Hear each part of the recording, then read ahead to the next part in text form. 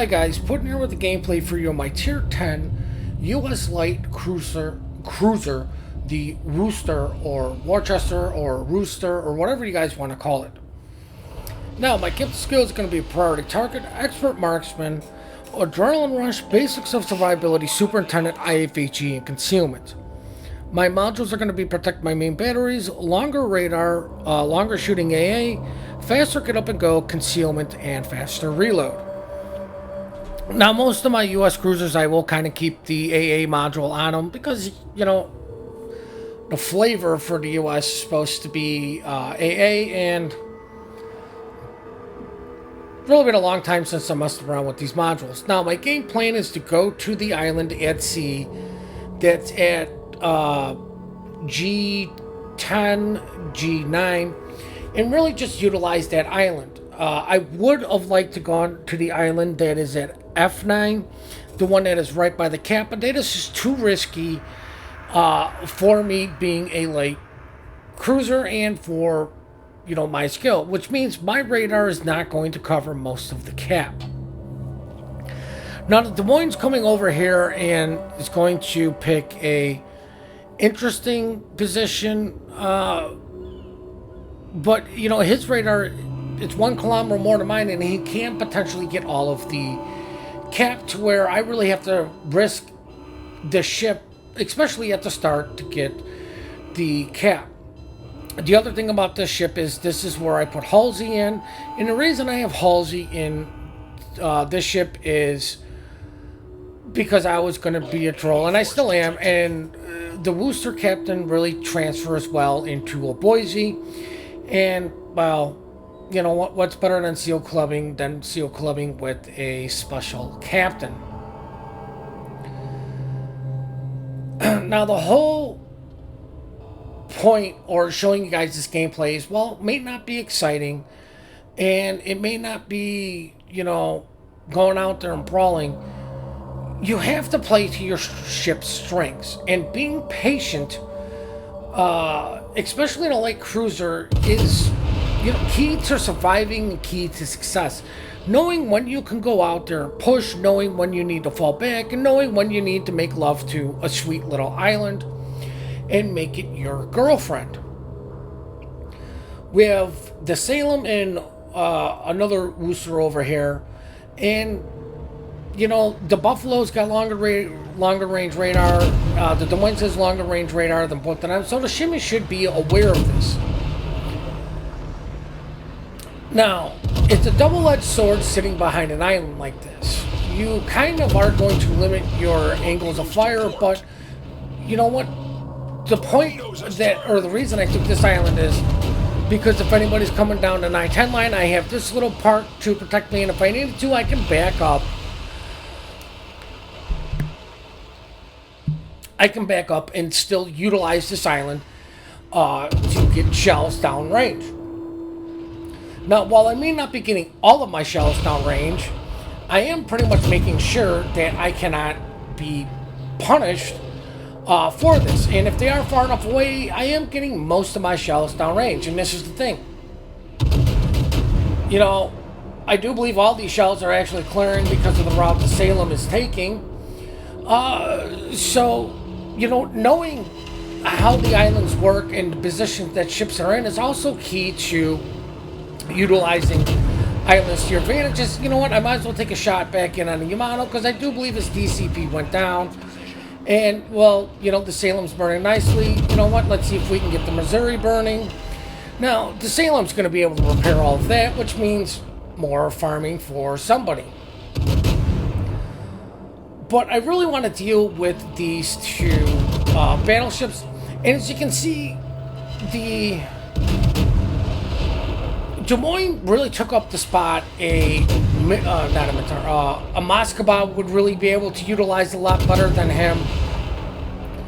But you know what, even doing stuff like that to throw off your enemies can, you know, give you an advantage, because most Des Moines usually sit on the other side of that island.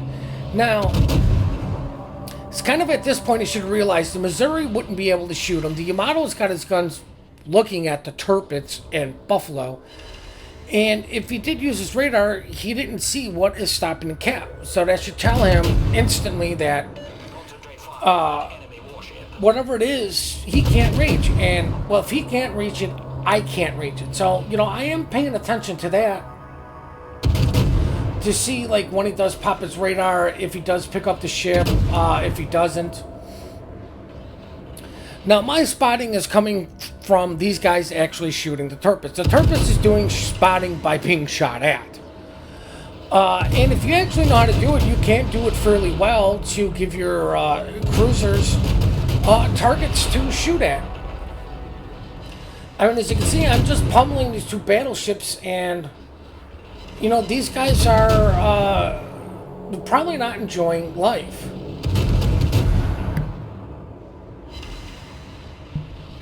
Now, our Musashi's taking up the spot. You normally see a Des Moines. The Repub is coming over. I believe he had to make a slight trek. And you know what? There's no reason to really use the speed boost for him at the start of the game. Considering there aren't very many threats. We still have our DDs. We have, it's 1-to-1 cap advantage. Or caps. Well, we do have the points to the caps.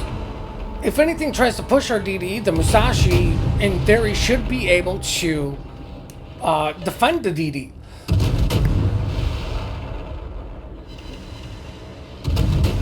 You have myself, the Buffalo, and the Turpus that is really stopping these two battleships from pushing in. As I'm just farming damage off these guys, and it is what it is. If you're going to farm, at least do it to try to benefit the team. Because in essence, that's really what I'm doing, is just farming two battleships that are just letting me farm them. Now, if you saw the Missouri shoot at me earlier, which is why I took up this position, is because if he does shoot at me, he's more likely to hit the island than he is to hit me. Now, Yamato is finally making a push for it, because I'm sure he's getting flustered with the lack of action going over here. And, you can see them. They are completely pissed off that they cannot hit me. It's mainly the Missouri. Oh, it's bullshit that he can't hit me. Well, there's a reason I'm utilizing this island in a position like this. And it's funny is he's going to call that out while his nickname is Camping with the Muppets. Geez, what am I doing? I'm camping with my I-explosives. Or my IFAG, as I should say. But I'm focusing back on him because, my shells really weren't going to come into play in on the Yamato. And then I noticed the Salem. Now, that was probably my lack of paying attention. And as you can see, look, some shells went through and hit this guy. It's a bug in the game, guys. The tracers, even though all your shells hit the island, tracers still tend to go. Now, I'm loading AP because this guy's going to show me broadside, and I'm kind of waiting to shoot him in. Hindsight being 20/20. I should have just started shooting now instead of delaying. Could have saved somebody some health. Considering that, he's not really going to be able to turn his guns quick enough to potentially deal with me. Now, I'm waiting for, one of these two battleships. I'm waiting to see if these battleships are going to push. Because if these battleships are going to push, I'm going to go in. But what I want to do first is just slowly reverse. And instead of using my front three guns, I'm just going to use my rear guns to get this battleship. Now, I don't know why the Des Moines popped his radar. Again, he's already popped it once and didn't spot the ship, which is telling you that the guy is on top of the cap. Now, of course, some of our team is being quite upset with us because, we're camping, and yes, we are, but you know what? 127 damage isn't really anything to shy away from. While it was pretty much damage farming, it did help get 2 ships killed, as the fire should potentially finish off the Russian BBs. I finally get my first kill.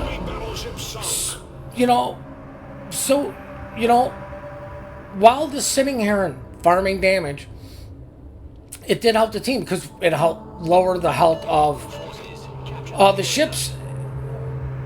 You know, for somebody else to get the kill, I finally got a kill. The Republic's going in. Now, it's ironic that the Des Moines is the one calling people out for not supporting the destroyer. And you know what? Look at all the damage that guy taken. You know, I haven't taken a lick of damage. I'm a dirty scumbag hiding in the back, not doing a gosh darn thing. The thing is, you have to know when to push. Whether it's a battleship, a destroyer, a cruiser, you have to know when you can push in. And, you know, have the situation in your favor. Sometimes in a battleship, you have to do it when it's not in your favor to try to get the rest of your team, to try to help out your team. But even then, you want to minimize things that can shoot you. And the last thing I really want is to be deleted by the battleships that were over here. If I started pushing in, that Russian battleship was plenty close enough to ruin me. The Yamato was plenty close enough to wreck my day. The Missouri was plenty close enough to wreck my day. And I'm trying to use the natural concealment to my advantage. Now, I know my radar only goes out to 9 kilometers, but you know what? I was pushing in, and considering the lack of being radared, I guess, for the shimmy, you know what? He stayed on cap. If you're in a situation, guys, and you're like this guy, you don't have to stay on cap. Don't stay on cap, because you know what? They told me he's still on cap, and I popped my radar right as I was about to get all of the cap. This guy is taking so much unnecessary damage he did not have to take just to get a kill on a battleship. But look at the health that he is losing because of this. He is now putting himself within one shot damage range. And, you know, that's not good for him. Their booster's low. Their Azuma is low. The Jean Bart, I believe, is the only one that actually has some health, along with the Missouri is about half health. But the Missouri, once again, is going to minimize things that can shoot him, but he's also minimizing things that can that he can shoot. You know, if I'm far enough away, trust me, my shells are going to lob over that island and land on this guy and help out the repo. As the Kikiro manages to finish off our Georgia, as the Worcester finishes off the Worcester, as the Des Moines dies to the shimmy. You know, a lot of things just happened right there, but because we eventually did get one cap, we are still in this game, even though we are down on points. We're down, but we're not out yet. Now is not the time to be patient.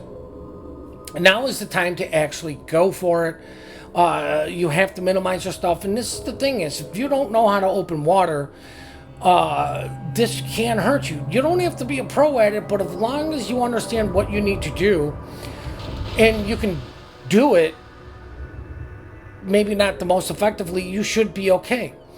Now, instead of sitting there farming the Jean Bart, because let's just face facts, that's all I've been doing all game, I am actually trying to get this cap.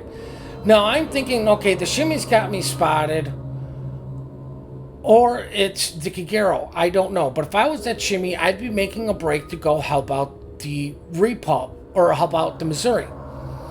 So I'm thinking the shimmy is actually to the north of me, but I'm keeping my gun central just in case he wasn't.